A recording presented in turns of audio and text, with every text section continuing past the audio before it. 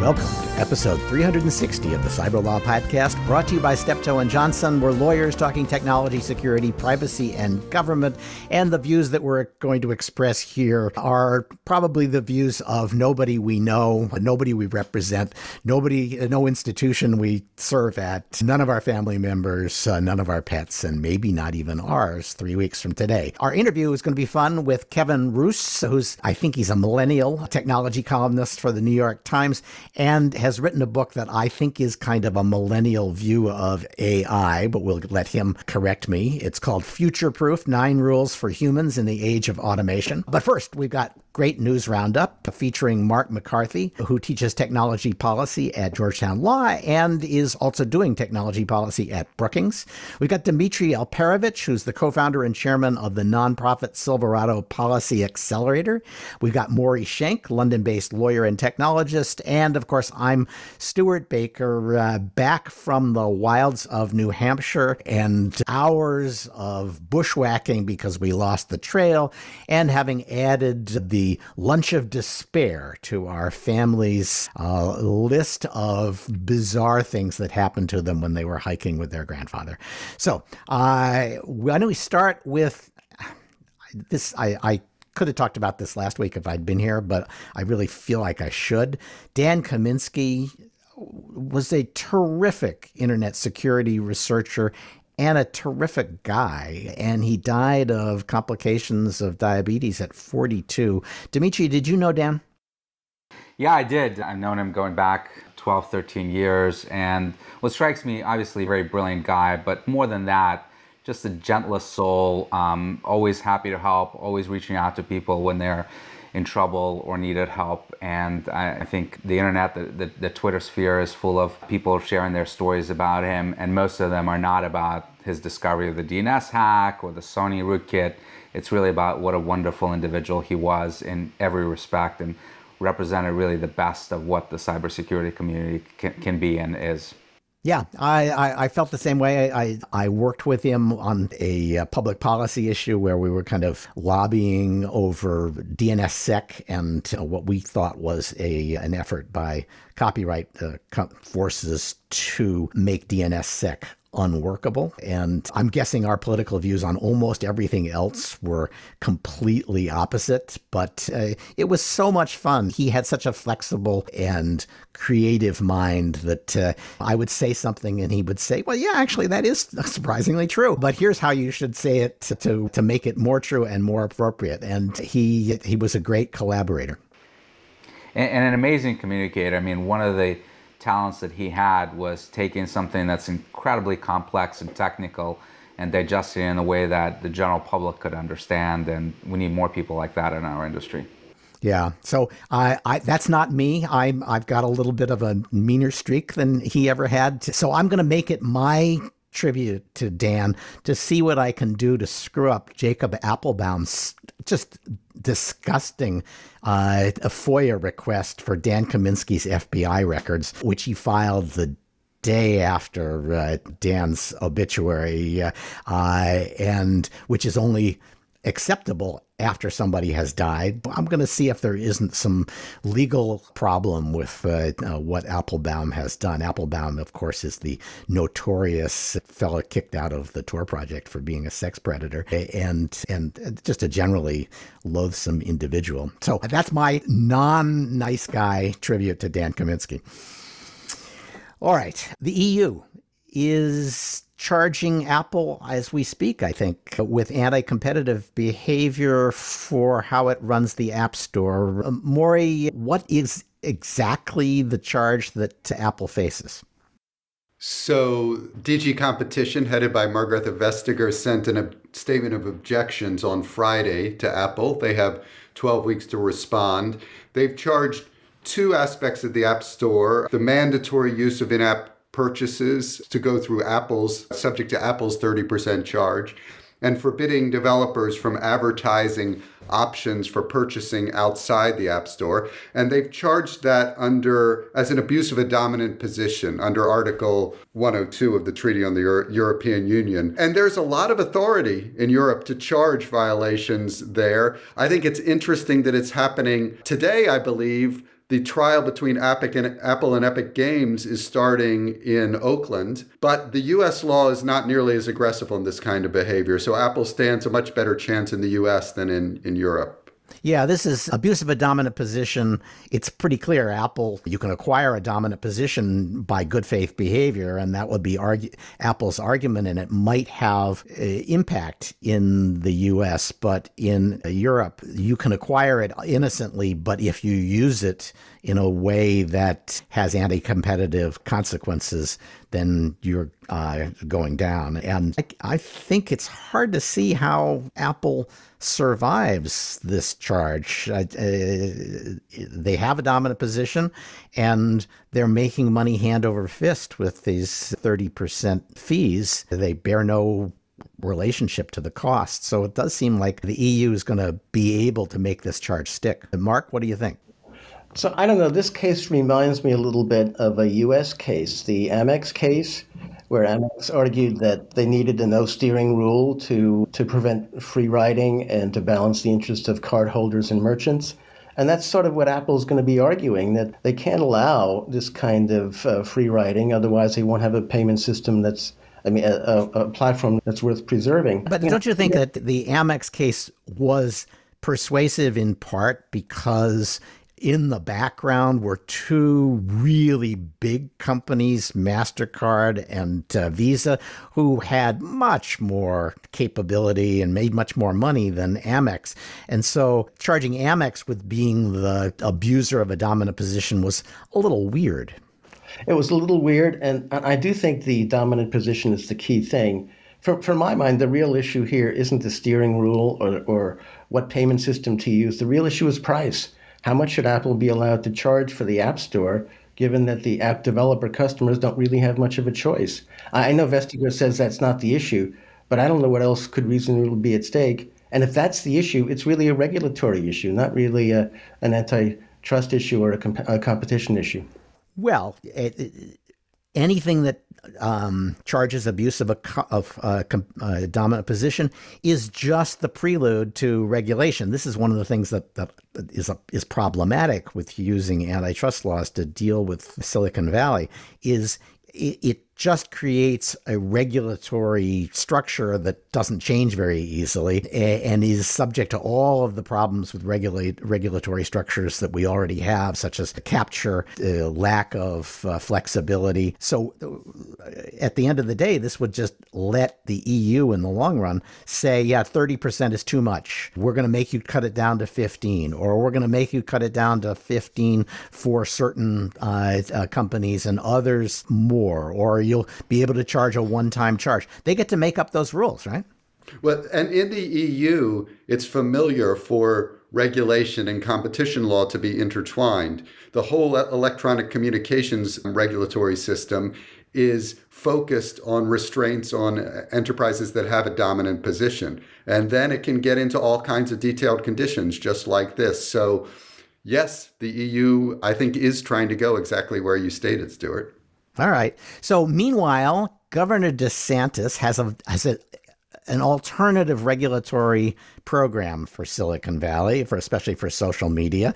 He's gotten a bill, and I don't think he's signed it yet, but he's going to, and it's going to pass. It has passed, I think, but it remains unsigned. 7072 is the legislation, and it is the first legislation at the state level that tries to solve some of the problems that people who've been objecting to the control of speech that social media platforms have gotten passed. And I think it's both creative and has reasonably good prospects in the courts, especially if it gets, as I predict it will, to the Supreme Court. But Mark, I know you disagree, so tell me a little bit more about the bill and then your view of its legal problems.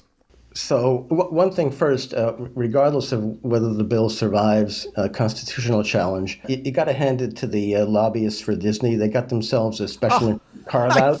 Yes, that's right. This does not apply. This regulates every aspect, all social media that are big enough, unless they actually have a theme park in Florida, and then it doesn't apply. This is raising the price, I'm sure, of all the other theme parks in Florida, because Google, surely they could buy one with petty cash. They've just given a way to avoid the effectiveness of the law if the companies want to take advantage of it. But what the law says is things we've heard about before in other contexts. There's a ban on deplatforming candidates that run for election in Florida, an exemption from the content moderation rules that the social media companies have for those candidates. There's a requirement that the companies enforce their content moderation rules consistently for all users.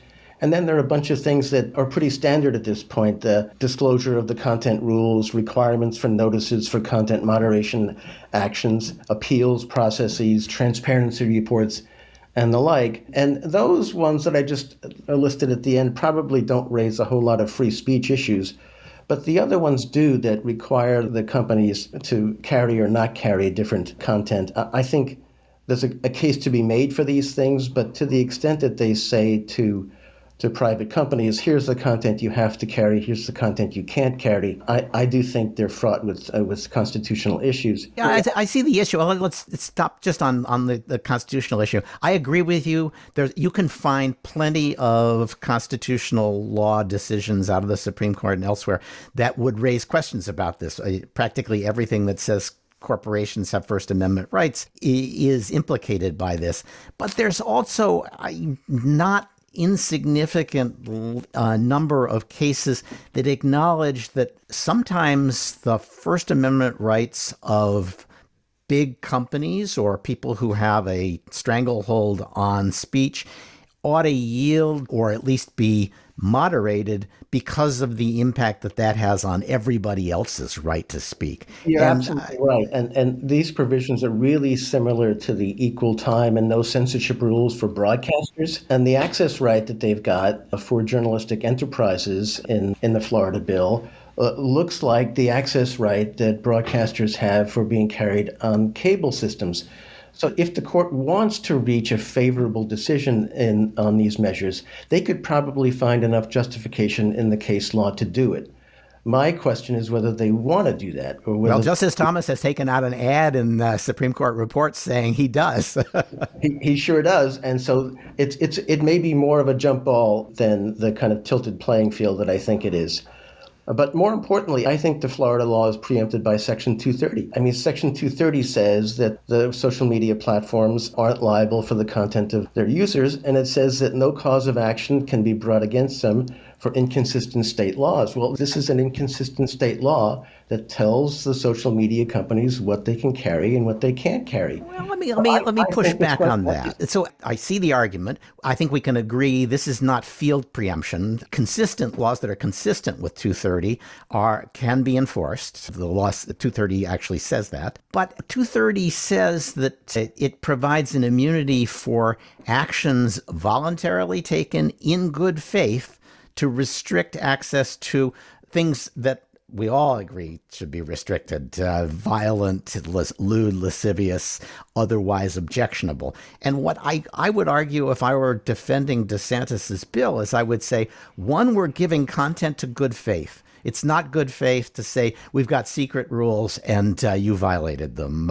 And to say, and we've decided that your speech is objectionable because it disagrees with the CDC or it disagrees with our woke workforce's views, is not necessarily otherwise objectionable. You have to read otherwise objectionable without reference to all the other stuff that came before it, which is a pretty narrow set of bad stuff.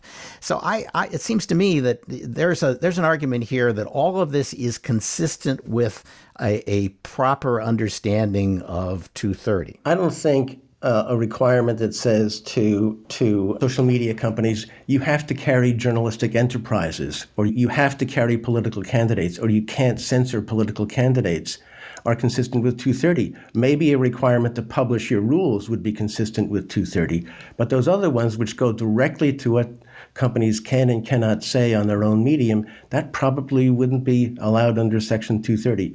So maybe part of Section 230 is preempted, even if not all of it is. Well, it will be interesting to see. I would make the argument that it's so hard to imagine a political candidate whose speech is obscene, lewd, lascivious, filthy, excessively violent, harassing, and falls into those categories. It may be more appropriate to say, we're just going to say as a category that we don't think that those candidates' speech is going to be objectionable as 230 understands it. But yeah, you're right, there's a First Amendment issue. On the other hand, there's surely a First Amendment interest in the part of voters in hearing from people who are actually running for office and who need to be voted on. And to say that voters can't get that news from the place where they get most of their news now has free speech implications, even if the First Amendment would allow Facebook or YouTube to do that. The Florida law isn't really the end of the story, because also last week, U.S. Senator Bill Hagerty, a Republican from Tennessee, introduced a national content moderation law, which is of interest too. It got some favorable coverage in the conservative press, and it would repeal and replace 230, and it would treat social media companies as common carriers, and it would forbid political censorship, all measures that might have some issues under the First Amendment, but at least is aiming at a national coherent policy, not at a state-level way of regulating the companies. And I think he's picking up on he is definitely picking up on Justice Thomas's ad in Supreme Court reports. He's borrowing heavily from the public utility model. Exactly. And I think there's enough agreement in Congress that the social media companies are too powerful and that there's too much illegal and harmful stuff on their systems to create a kind of consensus to move forward in some way in this area. I think they have to overcome their antipathy towards each other and some of the rhetoric that they direct towards each other on this issue. But I do think there's a commonality of interest and progress might be made.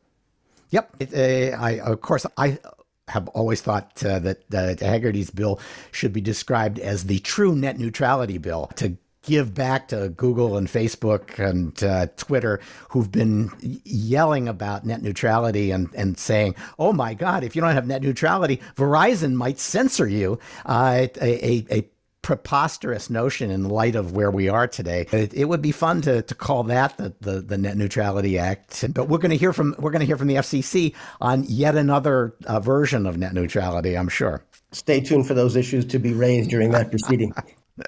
Okay, we're not done with this one, because I predict if this bill survives its first, if the Florida bill survives its first encounter with the judiciary, 20 other states are going to adopt it, and that will make the argument from the Commerce Clause a little harder to make. All right, Dimitri, Ann Neuberger is quoted in CNN, I think, said this, and there were others. What the White House has done so far with respect to Russian cyber attacks is not going to deter more cyber espionage, more cyber attacks. It isn't clear what more is planned. Is this Anne getting herself in trouble by committing Kinsley gaffe, which is when a political actor by mistake tells the truth? Or is there something else going on when she says this? Well, I'm shocked, Stuart, shocked that there's gambling going on in the casino. First of all, cyber activity aside, there's no evidence that sanctions work in general to change states' behavior, unless perhaps if they're such extreme sanctions like what we put on Iran a few years ago to get them into JCPOA. South Africa probably buckled under them too. But yeah, I agree with you. They have to really be in extremis for the sanctions to have a big impact. And certainly not of the type that we put on Russia yet again a few weeks ago in response to SolarWinds and a bunch of other things, which sanctioned a few people. Some of them have already been sanctioned for other things. So sanctioning them for the umpteenth time for something else doesn't strike me as extremely effective in terms of sending the message.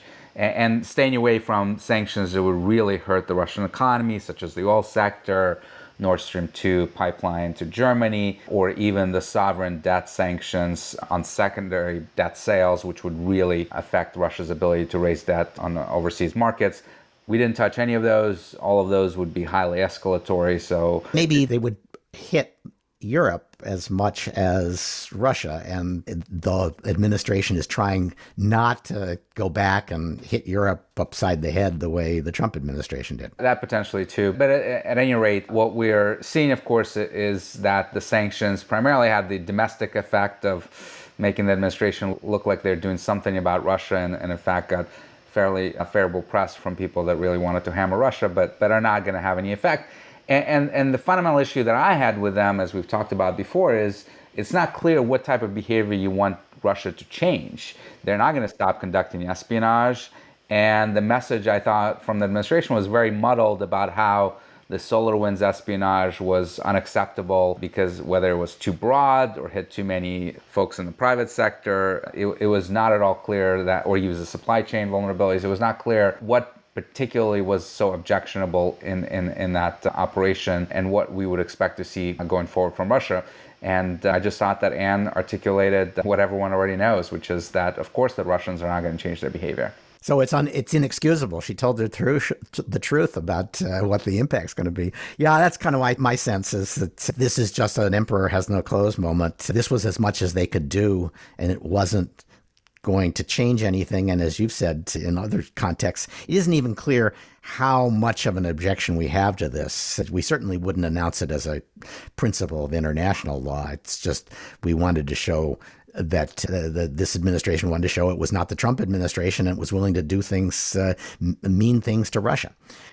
Now, the interesting thing is that we still have not responded to the Chinese hacks of exchange servers, which I've argued have been much more reckless and dangerous than anything that the Russians did in SolarWinds. And we're still waiting on attribution of that operation and any response from a sanctions perspective or indictments or what have you. Well, not attributing it makes it a lot easier not to respond to it.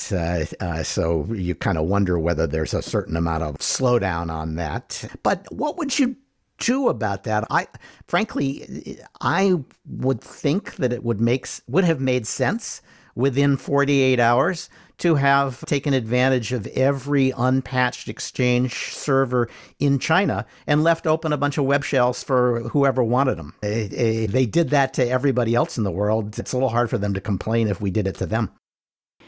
Well, I don't know that they would necessarily care that much about it, and I don't think it sets the right precedent in terms of us falling down to their level. But I do think that we have unique leverage in China against contractors to the regime. In fact, the only time where I've seen indictments really affect behaviors is when we had indicted in the past contractors to MSS and PLA, because a lot of those companies and individuals working for those companies had broader aspirations about business opportunities with the West, and being under indictment severely limits your options to explore those paths. So I do think that we have opportunities to make it much more difficult for those contractors to operate or make them choose. You're either a Beltway bandit in Beijing and you only work with the Chinese government and never again work with anyone in the West, or you decide that the Chinese government is not that lucrative from a potential business investment for you.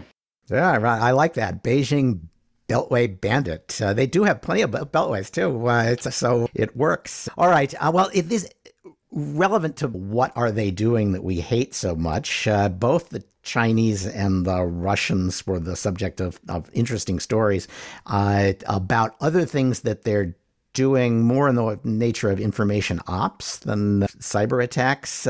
Maury, the Spectator had a long article about China's use of social media to stoke racial tension in the United States. And I think they stumbled into it when they said, don't you dare call this the Wuhan flu or a Wuhan disease. That would be racist. And it worked remarkably well. We now have the British variant. We have the South African variant. We have Brazilian variants, but nobody is prepared to say that the thing that they're varying from is the Wuhan virus. And having found that it works, they're really milking it.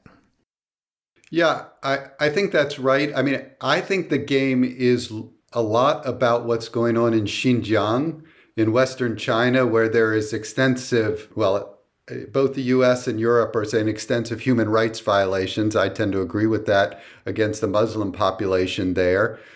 people are threatening sanctions. China doesn't like that. I don't think China is so much stoking racial tensions as pointing out that we have racial problems in the United States, and they're taking to social media to do that. They did it also with Black Lives Matter. So you think it's just irresistible to them that this is, whether or not it works in the United States, they just can't get enough of it because it's such a direct response to the Xinjiang accusations. Yeah, I think it's more about Xinjiang than anything else to say, you're making us look bad, we make you look bad. Yeah. Okay. So the Russians are doing stuff like this in Eastern Europe. And Firefly had a report on what they call the ghostwriter cyber espionage group. Dimitri, how much new did we learn from the FireEye report? Well, the most interesting thing about the report is how our adversaries are thinking about information operations. In the US, we tend to think in silos. There are people that are doing SIGINT, cyber exploitation. There are people that are doing attack and destructive activities in cyber command. And then there's a few people in various places that are doing influence operations. And to our adversaries, in this particular case, in the ghostwriter activity, it's all one and the same, and one can support the other. So what we're seeing in this report is that a new group that FireEye has never seen before, what they're calling Unc 1151, is doing compromises, stealing credentials, and they're doing that in support of ghostwriter operations, and which is this influence operation that they had identified previously to set up fake news services and fake websites promoting various influence operations. And the two are working hand in hand together. So we have seen the Unc 1151 folks use spear phishing emails that link to materials that the ghostwriter operators had put out. And part of the infrastructure that the Unc 1151 guys use supports the ghostwriter operations. So it's like they having compromised one person, they put out a tweet from that person or something on their website that will guarantees that everybody will want to go there. And they say basically they incorporate people as they come. It's sort of like joining the Borg. You think you're just going there to be outraged, but you're actually being incorporated. Yeah, and it strikes me that this is the right way to think about conducting cyber operations. It's about what goal do you want to try to achieve, and then pick the right tools, whether it's CNE, whether it's InfoOps, whether it's CNA, to achieve those goals, and not draw these random distinctions that the US has drawn of this requires different authorities or different people have to do that and we can't collaborate. And it just basically making us fight with one hand tied behind our backs. This is because we've never been comfortable with information ops. We did a few of them in the 50s and the early 60s, and we were bad at it, in my view. And then the CIA got in trouble for doing even that, and they've basically gotten out of the business. And I just cannot imagine anybody in the U.S. military getting good at this. And I wouldn't really want people in the military who were good at this. So it's kind of hard to do it when everything is going to leak on the front pages of the New York Times or Washington Post the next day.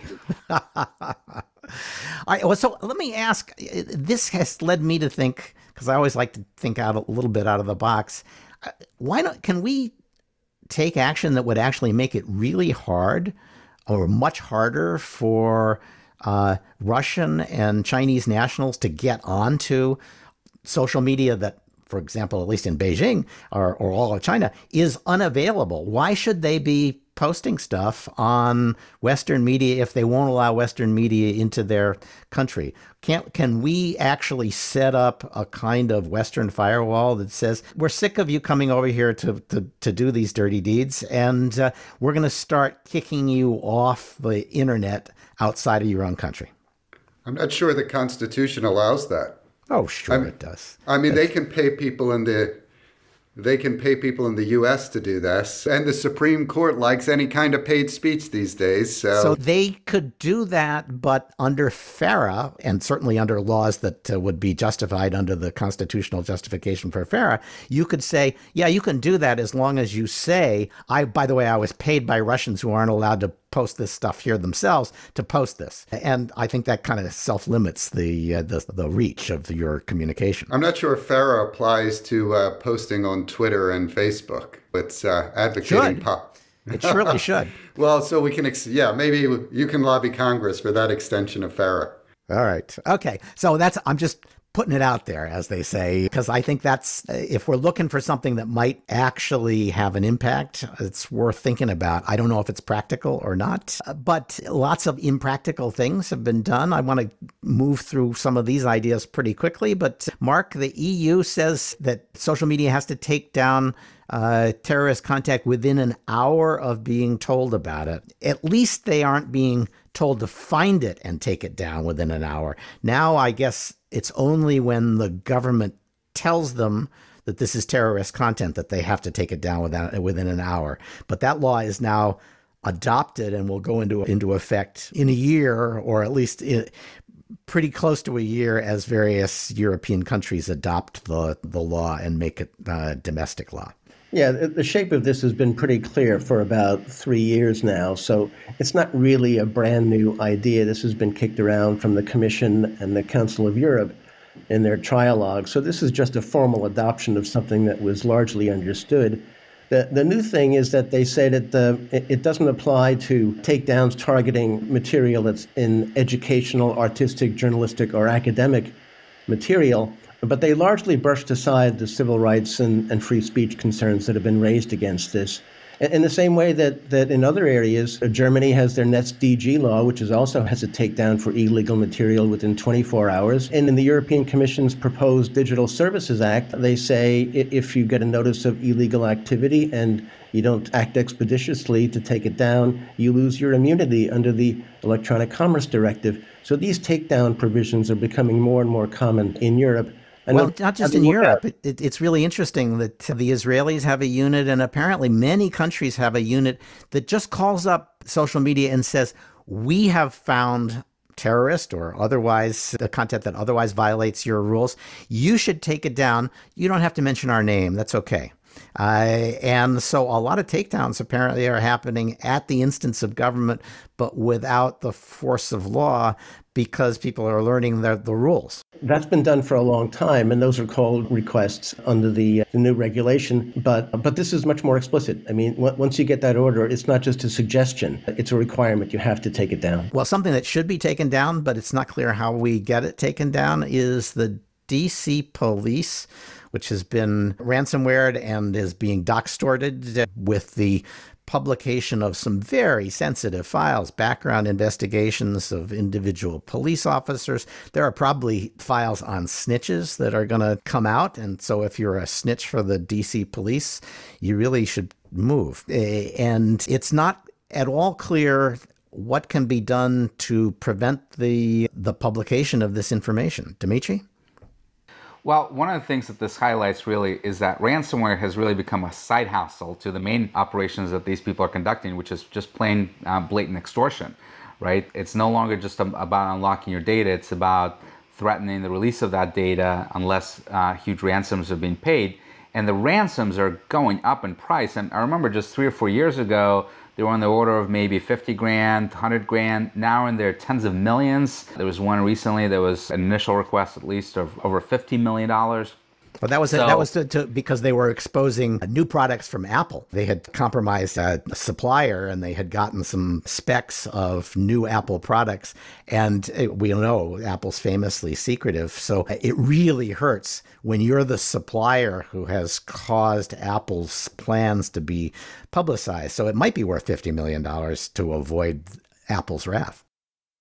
Yeah, but going after police departments, I think, can become counterproductive because pissing off law enforcement is never a good thing. And even though this is local law enforcement, you can believe that FBI is taking notice. The Justice Department, of course, just recently launched a ransomware task force, encouraging all the DOJ and FBI offices around the country to start working on cases and filing indictments. And I think that these guys are going to come to see a pretty rude awakening here. And a lot of them, you have to remember, are still traveling overseas, even though most are based in Russia. We have caught quite a few criminals that have decided to travel to Spain, to Thailand, and other places where we have extradition treaties with.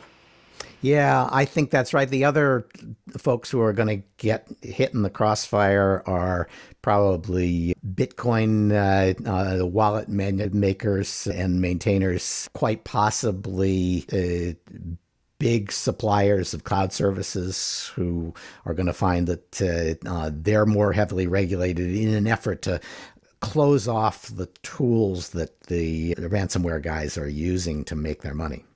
There's no question that cryptocurrency regulation is coming. Treasury Department put out guidance about new regulations they want to have for transactions over $10,000, sort of mimicking what we have in the traditional financial sphere back in December, and I think they're going to move forward with implementing those later this year. So that is coming, and that's going to make it much more difficult for these folks to collect ransoms, which is a good thing. Okay, so continuing in the theme of boy, does technology suck these days, it turns out that the ad tech that guarantees that you'll get ads that are relevant to you is also tracking and identifying secret deployments of U.S. soldiers. The Wall Street Journal had a great article about how much you could tell about special forces deployments, and it was kind of the second coming of the fitness tracker that discovered a bunch of bases in Afghanistan. What's the answer to that? You know, the answer is that we no longer live in a world where anything can be kept secret, not just for us, but for our own adversaries. It struck me about a month ago when there was this huge deployment of about 100,000 forces on the Ukrainian border by Russia, that you had all kinds of pictures on social media identifying specific units, the equipment that's relocating, when they're heading down there, all without any government involvement. So it's not just a problem that we face, but everyone really, that is becoming more and more difficult, if not impossible, to keep secret identities for intelligence officers or to do covert operations. And mobile devices are really at the heart of it. I mean, even when you turn those things off, you sort of pop up like a sore thumb, because who these days turns off their phones? Yeah, exactly. Right? That in itself can be a big indication that something is up. So there is no really good answer for this, unfortunately. So Ron Wyden thinks he has an answer. He actually has two, and unfortunately he seems more excited about the wrong one than the right one. The wrong one is to say, oh, the American law enforcement needs to get a warrant before they buy stuff that any Russian agent could buy off the shelf or from the supplier. That's nuts. And then he has another idea about trying to prevent foreign purchases of location data. That bill is not yet introduced. He's talked about it. Maybe he's appealing to a different set of senators with that. But his notion that the Fourth Amendment is not for sale act, which is the clever title he's given to his dumb rule to discriminate against law enforcement, is the one that he's introduced. He's even got some bipartisan support for it. I'm not sure it's going anywhere. And of course, it doesn't do anything about the problem the Wall Street Journal has identified. Or the problem that our adversaries know how to hack phones. They know how to compromise telecommunications providers to get right to the source of the data. So their ability to track our military or our special forces or intelligence analysts won't go away with us. Okay.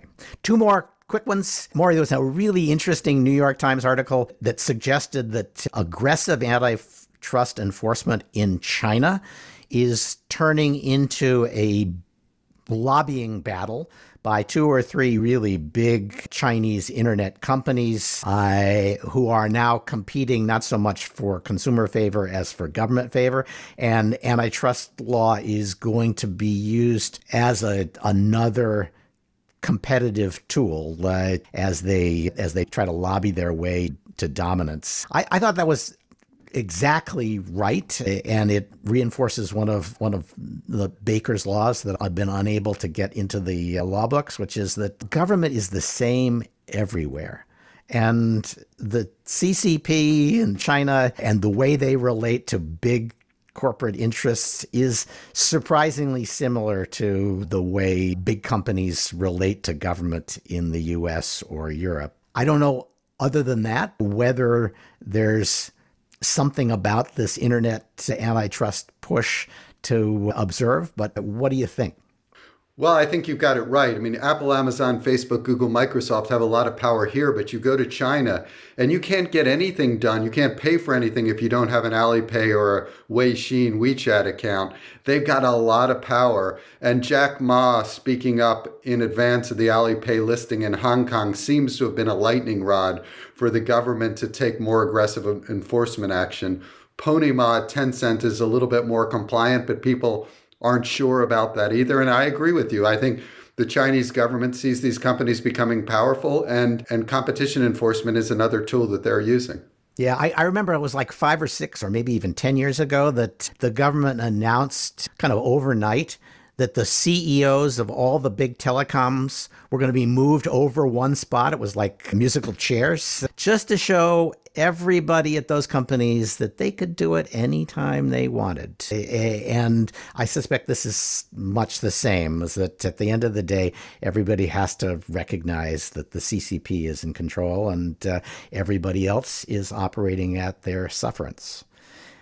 All right, last topic, and I don't know what to make of this. There's been a lot of talk about cybersecurity maturity model. It's basically DoD saying if you do business with us, you've got to have some basic cybersecurity. And that's a regulatory regime they've been trying to impose for years now.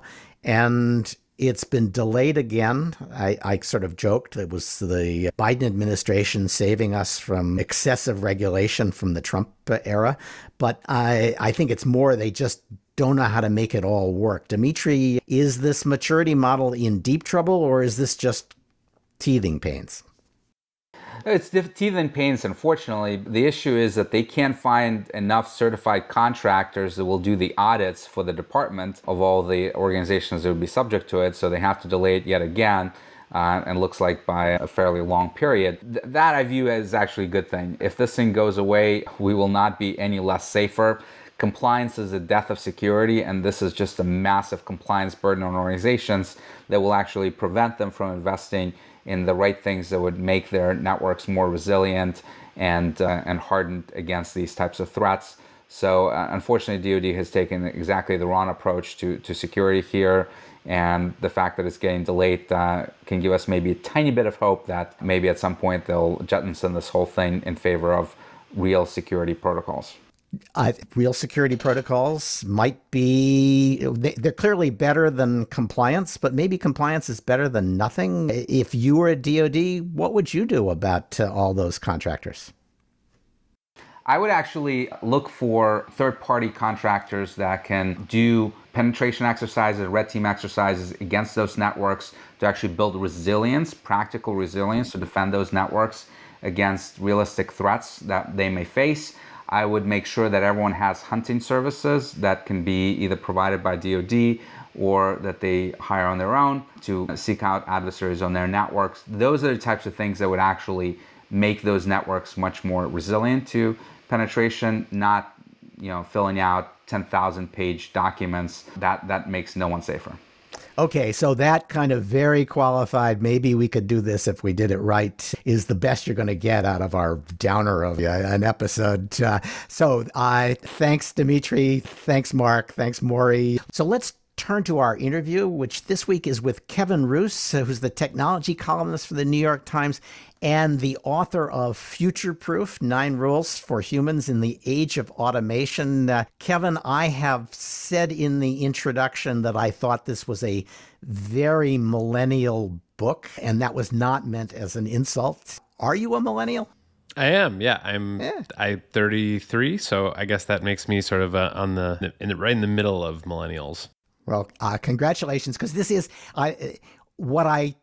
the reason I said that is this is a book for somebody who expects to be living with artificial intelligence and automation of the third wave variety for the rest of his career. You're building a career recognizing that you're going to struggle with this. And you are both cynical about the enthusiasm for automation that people who are old enough to have stock in it are celebrating. And at the same time, have a kind of individualistic, I can market and self-brand my way out of this mess, advice to others who are in your spot. Is that fair?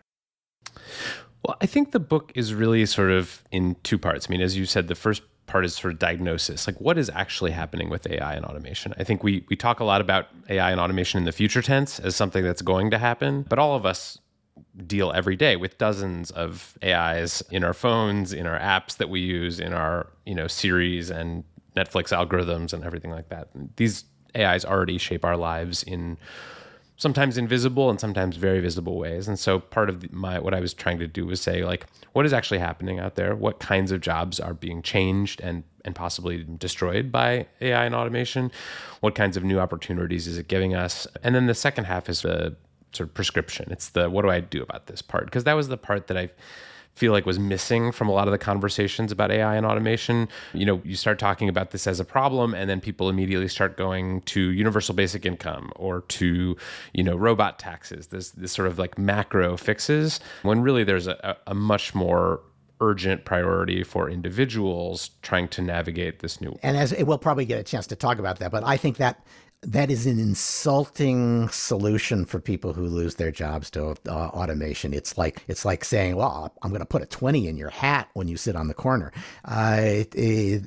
People want meaning in their life, and most of them want meaning from the jobs they do. And saying, well, we gave you the money so you didn't, because we couldn't give you a job, is going to produce a deeply disaffected body politic. But let's start with the reasons why you're more worried than most people about this, because lots of people will say, come on, haven't we seen this movie before over and over again? People were throwing shoes into cotton looms, say, in the 18th century, and because jobs were never coming back. And yet we've got more jobs than ever in human history. Why doesn't that satisfy you from the point of view of our future? Well, that was my starting position going in, was that all the people raising the alarm about AI and automation were just ahistorical, worrywarts that were predicting the sky was going to fall, and that if you actually looked at the evidence, that's not what actually happens.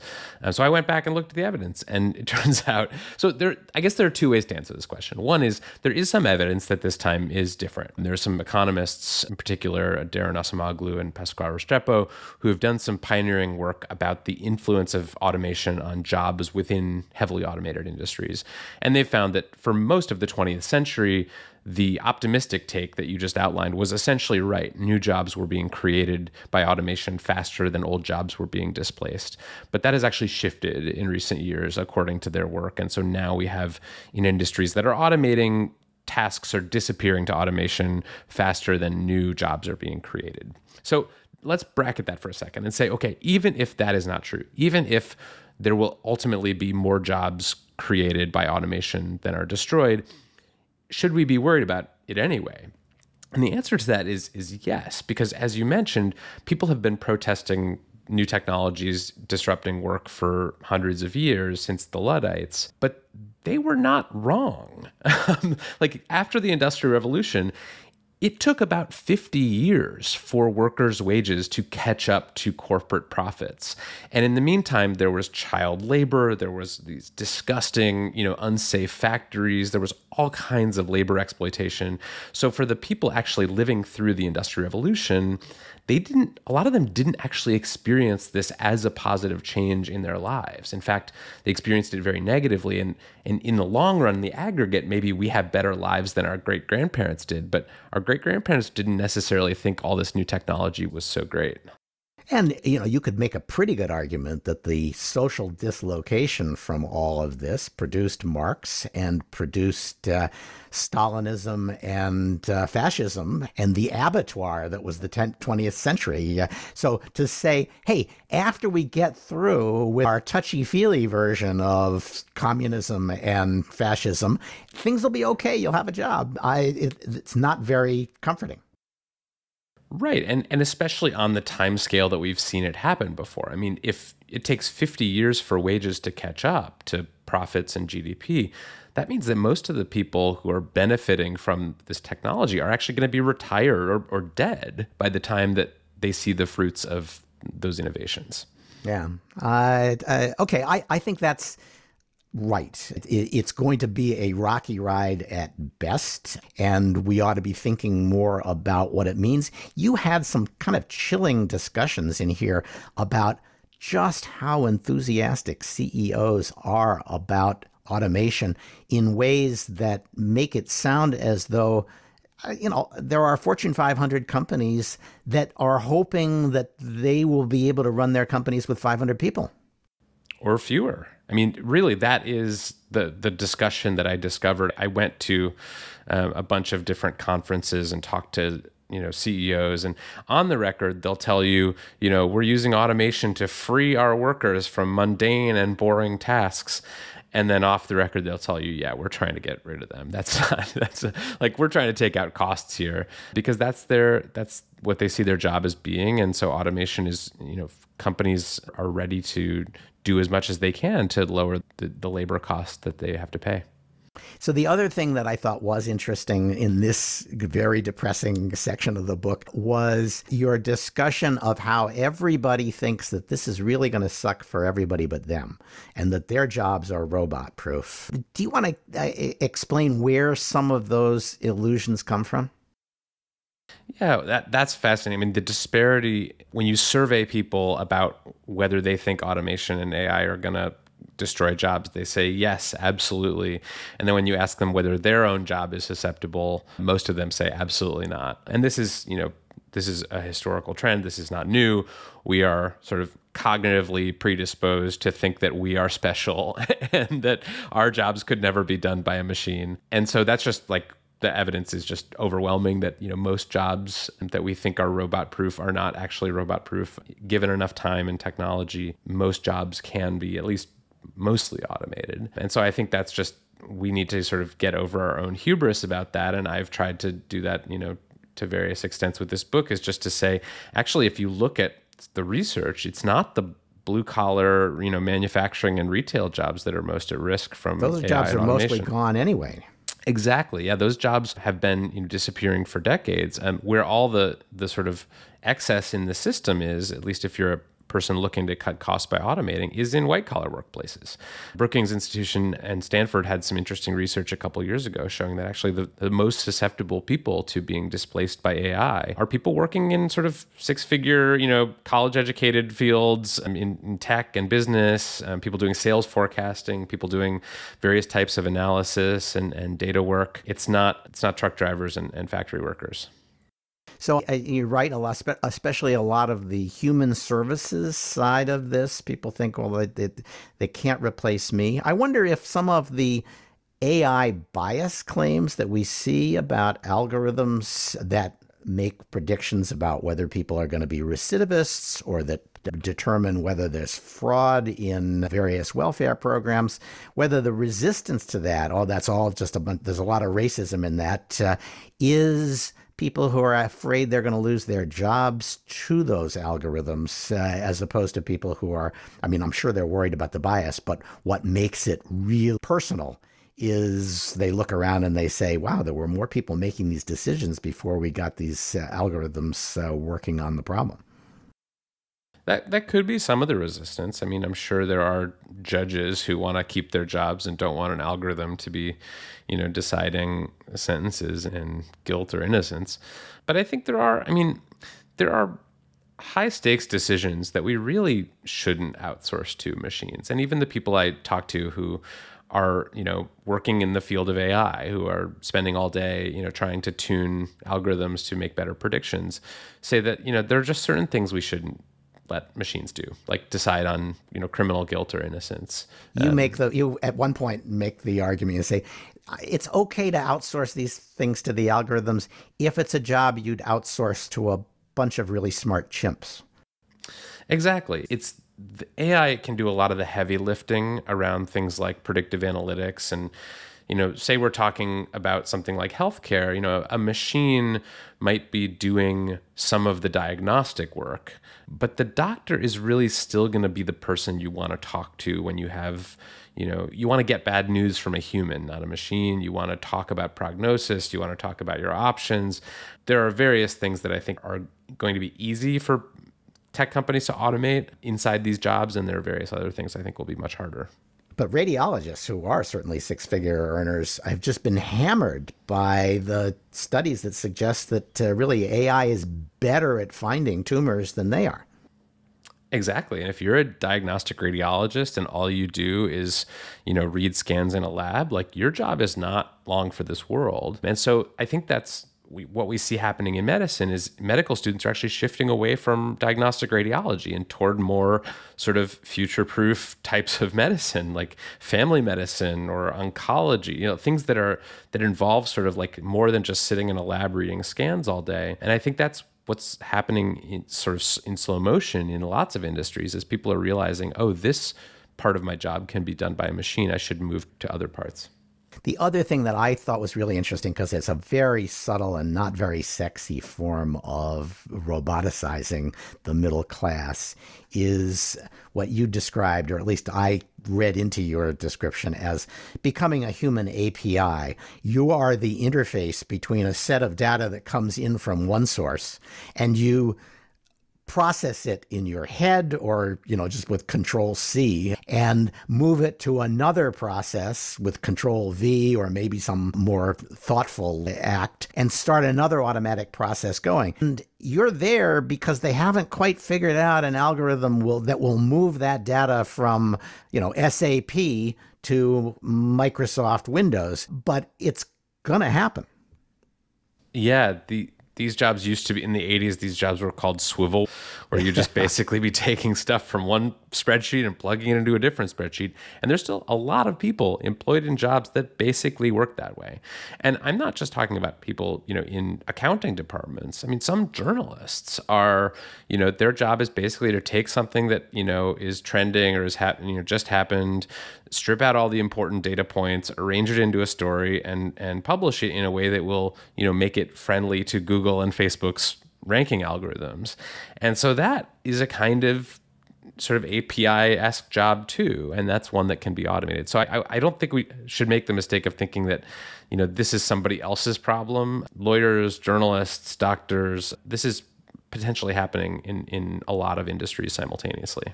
Yeah, they say, well, we're going to make the human work less boring. And what they mean is we're going to take out the boring parts and insert the parts that leave you desperately afraid, because one mistake is a disaster when everything is high stakes. And if you've taken out all the low stakes stuff because the machine or the chimps can do it, your employees are constantly at risk of making a mistake that will end their career. So it's a tough one. All right, that's enough doom and gloom. This was a really depressing episode already before we got you on. And now I want to talk a little bit about when preachers in New England in the 16th and 17th century gave speeches, they always started out with the pit of damnation, and everybody had to look into the pit and realize that they were doomed. But at the end, you got an explanation of how to achieve salvation. That's how the second half of your book goes. I won't call it salvation, but it charts some very practical advice for things you need to do if you've looked at your job and said, yeah, this is too close to swivelware for comfort. So what did you do? Let's start with what you did to avoid becoming locked into writing financial reports that, a GPT-2 or 3 could probably write on its own. Yeah, I'll do my best sinners in the hands of an angry God impression. No, I will deliver us. So what I did, because I used to do these sort of formulaic corporate earnings stories that are now being automated. That was my first job in journalism.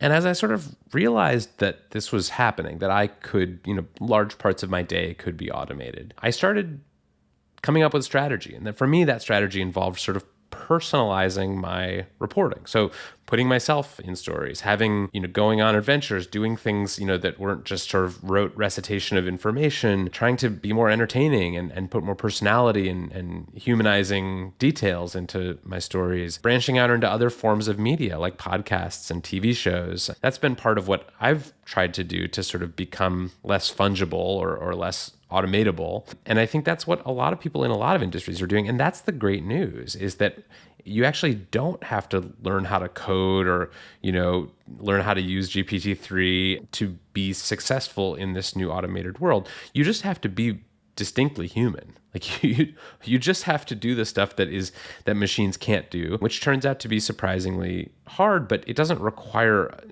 going back to school or learning any specialized set of tools. So, I would boil that down to don't do boring crap in your job. If your job involves a lot of boring crap, it's not just boring for you, it's boring for your audience, and it's going to get replaced. So the more you can turn it into something that is a challenge to you, it's probably not something a machine can do. Right. And the more, a lot of people right now are employed in industries where the goal is to create products or services, to do work, to fabricate things, to perform tasks. And those jobs are susceptible to automation. What's much less susceptible is producing experiences for people. Now, I know that sounds like a very millennial idea, and we've all read the stories about how millennials don't want to just, go see the Eiffel Tower. They want to, have an authentic Parisian experience.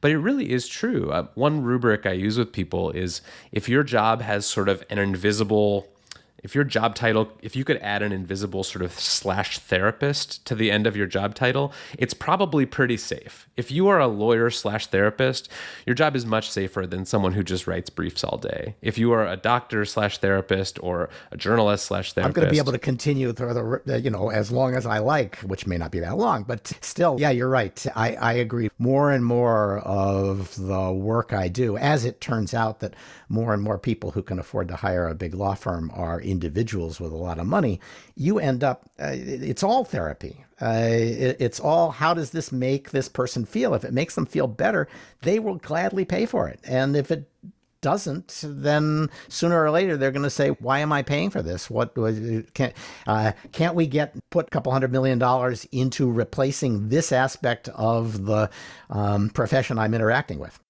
Right. They're not paying lawyers for, their amazing contract review skills.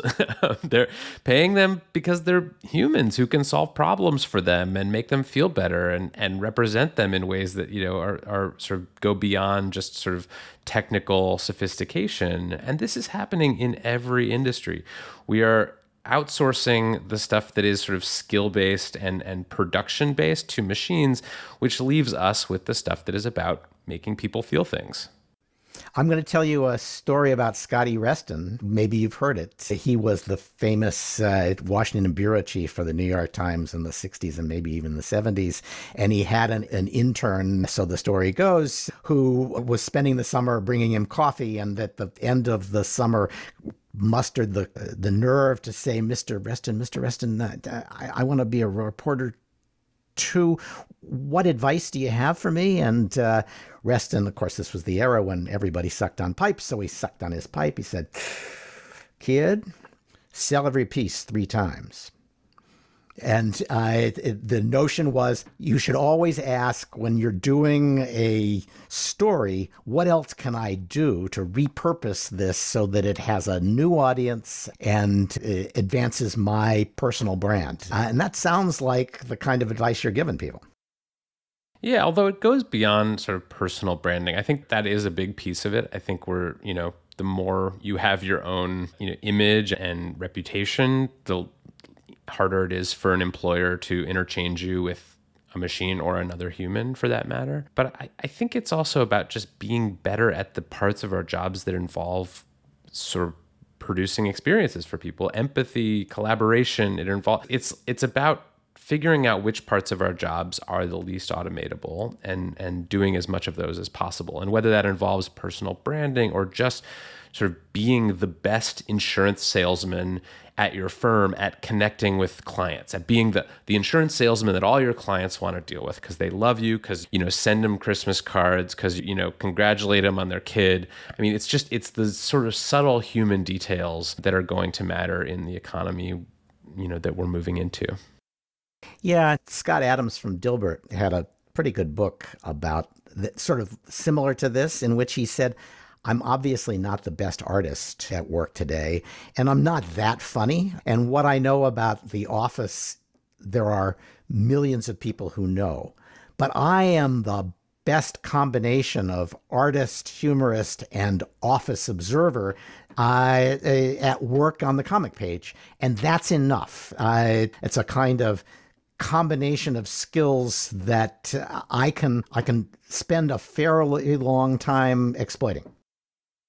Absolutely. And I think that's the world we're moving into. One of the things I talk about in the book is the idea that there are certain traits that are harder to automate. And one of them is what I call scarce work, which is these sort of rare combinations of skills. If you're a zoologist and a mathematician, you're going to have opportunities that are not available to people who only specialize in one of those things. If you are a programmer, it's not enough just to be a good programmer. You have to be able to combine that with some other discipline, because those skills are just as automatable as the rest. So I think this approach to sort of finding hybrid job descriptions, people with sort of multiple overlapping skill sets, is a really good one.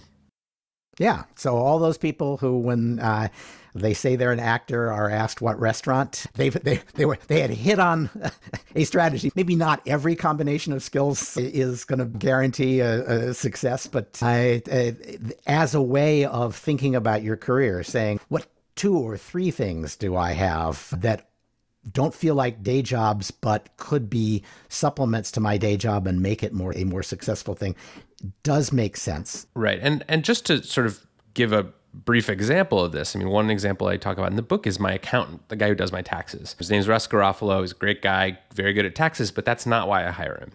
He's a former stand-up comedian, and he hires other funny, personable tax preparers. And he focuses on a type of tax preparation that is not sort of automatable, that, you know, his clients have their taxes are too complicated for TurboTax. And so he's been able to stay alive in an industry that has been decimated by software-based tax preparation tools. And it's not because he's the best tax preparer necessarily, although he's quite good. It's because he has this other skill set of relating to people, of making them laugh, of turning taxes from a chore into an entertaining experience. And that's what's made him able to survive. All right. That is good advice, because anybody who can make doing your taxes entertaining, really, there should be more of them. He should be head of the IRS, and then we could get the jokes right in the tax forms. All right. We're coming to the end, but it's a rich book, rich in advice, rich in personal take on the advice, which is kind of fun. And what point that's in the book that we haven't covered should we cover? So this is kind of your last opportunity to give advice to the mostly lawyers or aspiring lawyers or government officials who listen to this podcast. Well, I think one thing for lawyers and government officials to really think about is not so much in your own work. I'm sure all your listeners are very future-proof and none of their jobs could ever be automated. But I think the sort of solutions that we arrive at for how to sort of regulate and oversee this technology are really important. I'm not a fan of banning things outright or sort of imposing draconian regulations on things, but we do need guardrails. And so I hope that people who are in law, who are in government, are thinking about what those guardrails should be, are actively looking at that, because this is not something we have 10 years to think about or 20 years. This is something that's happening all around us every day right now. And so even though it looks like the economy is doing great and people are, getting paid more and their stimulus checks are arriving, there is a seismic change happening under the surface. And I hope that people are paying attention to that.